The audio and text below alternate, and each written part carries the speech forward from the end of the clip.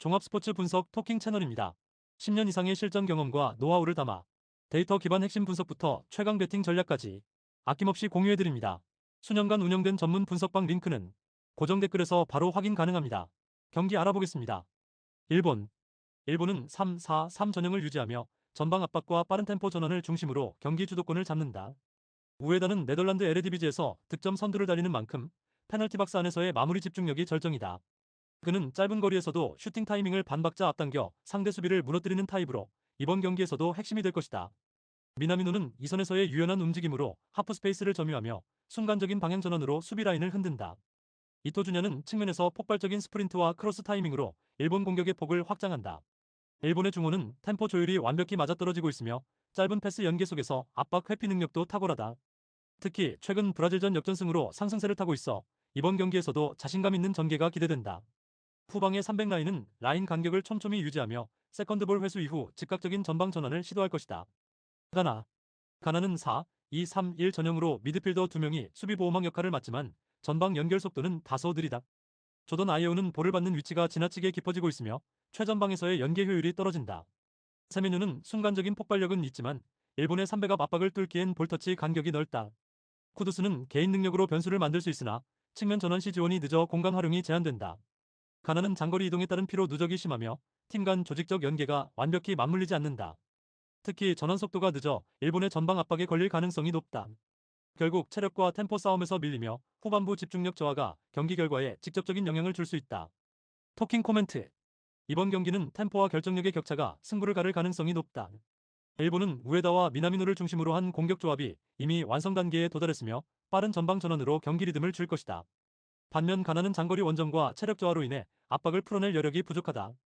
일본은 하프라인 위에서부터 조직적인 압박을 이어가며 가나의 빌드업을 초반부터 제어할 가능성이 높다.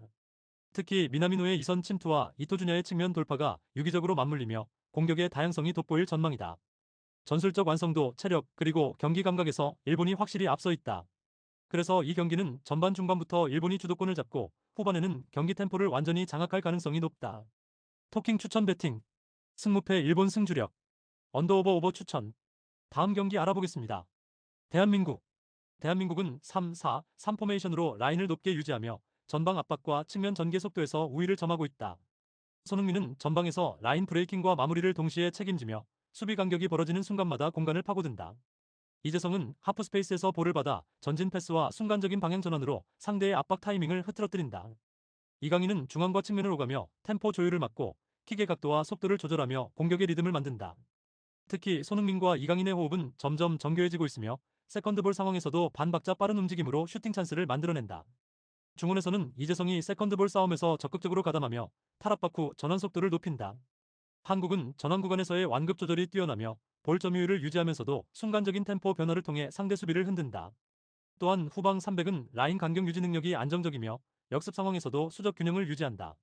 전체적으로 조직적 압박과 템포 조율이 결합된 완성형 운영을 보여줄 가능성이 높다. 볼리비아. 볼리비아는 4-2-3-1 포메이션으로 나서지만 원정 환경이 경기력에 직접적인 영향을 미치고 있다.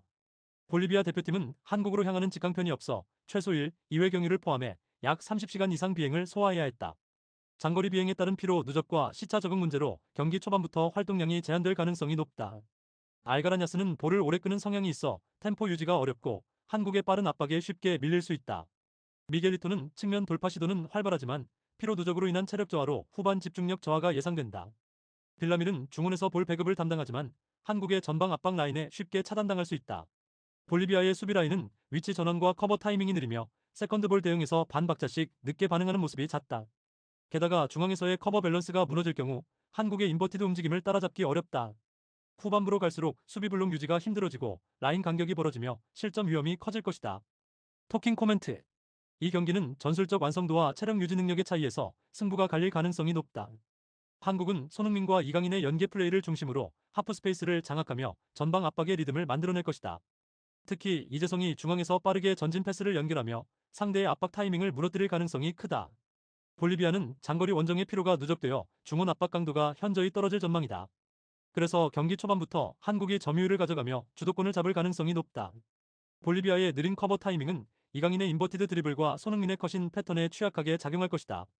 특히 중앙지향적인 공격 전개가 반복될수록 피로 누적된 볼리비아 수비 라인은 공간 방어에 실패할 확률이 높다.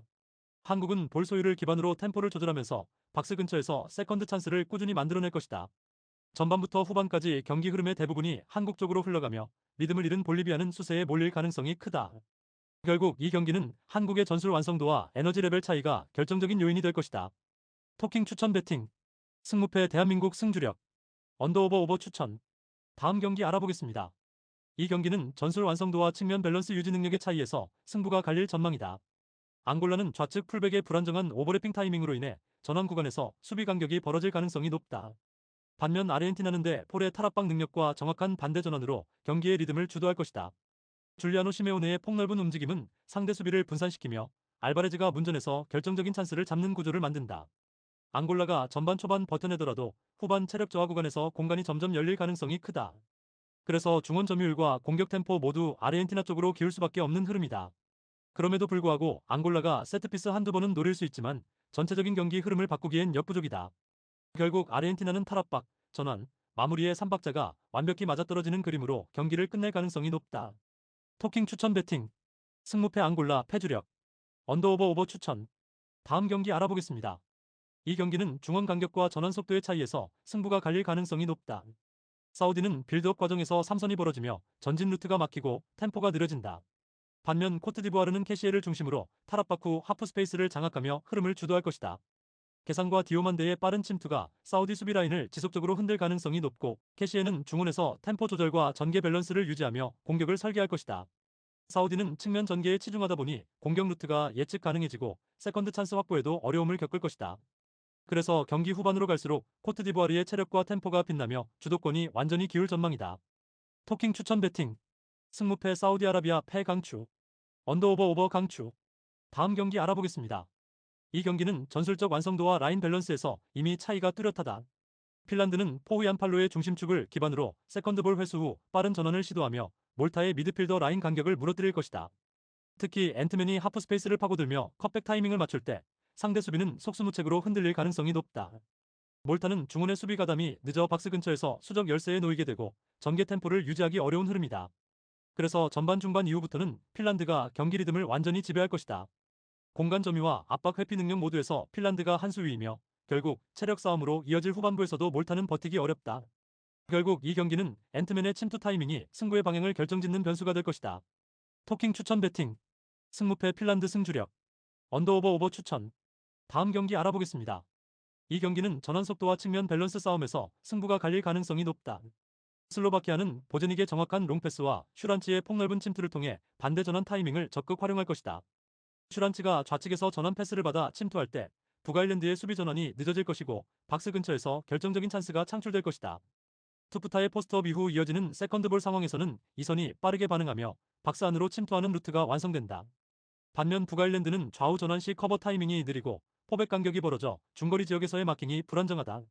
그래서 경기 초반부터 슬로바키아가 점유율을 높이고 중원 전개 속도로 상대의 압박을 무력화할 가능성이 크다. 북아일랜드가 한쪽으로 쏠리는 공격 패턴을 유지할 경우 슬로바키아는 반대 전환을 통해 지속적으로 역습 루트를 확보할 것이다. 슈란츠와 투프타의 연계는 단순하지 않고 포스트 플레이 후 재침투로 이어지는 복합 전술로 전환 타이밍을 잡는다. 후반 60분 이후에는 체력 차이와 라인 간격 문제로 북아일랜드의 커버가 느려지고 슬로바키아의 주도권이 더 확실해질 것이다.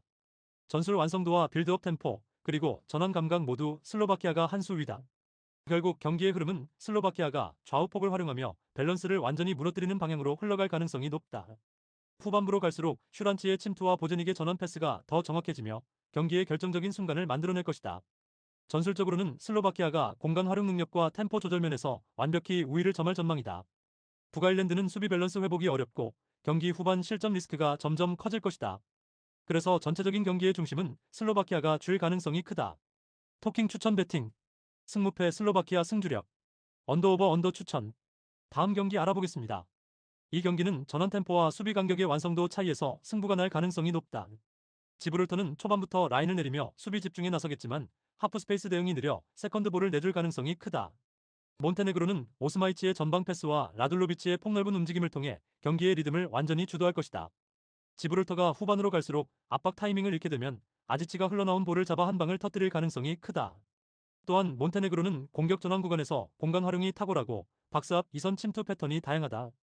반면 지브롤터는 전술적 완성도가 낮아 중원과 수비 간격이 쉽게 벌어지고 세컨드볼 대응이 불안하다. 그래서 경기 후반으로 갈수록 양팀의 체력 차이와 전환 속도 차이가 더욱 뚜렷해질 전망이다. 결국 아지치의 중거리 한 방이 경기의 흐름을 바꾸며 몬테네그로가 실질적인 주도권을 가져갈 가능성이 높다. 토킹 추천 배팅.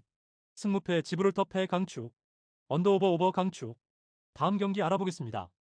이 경기는 구조적으로 완성된 독일의 전개 속도와 룩셈부르크의 수비 간격 불안이 맞붙는 흐름이다. 독일은 하프라인 위에서 템포를 유지하며 상대 수비 블록을 넓히고 순간적인 측면 전환으로 찬스를 만든다. 룩셈부르크는 인원이 많아도 커버 간격이 불균형해 세컨드볼 수습이 불안하고 크로스 대응 타이밍이 흔들릴 것이다. 특히 아데예미의 폭발적인 돌파와 비르치의 전원 패스는 룩셈부르크 수비 간격을 벌려놓을 결정적 변수로 작용할 것이다.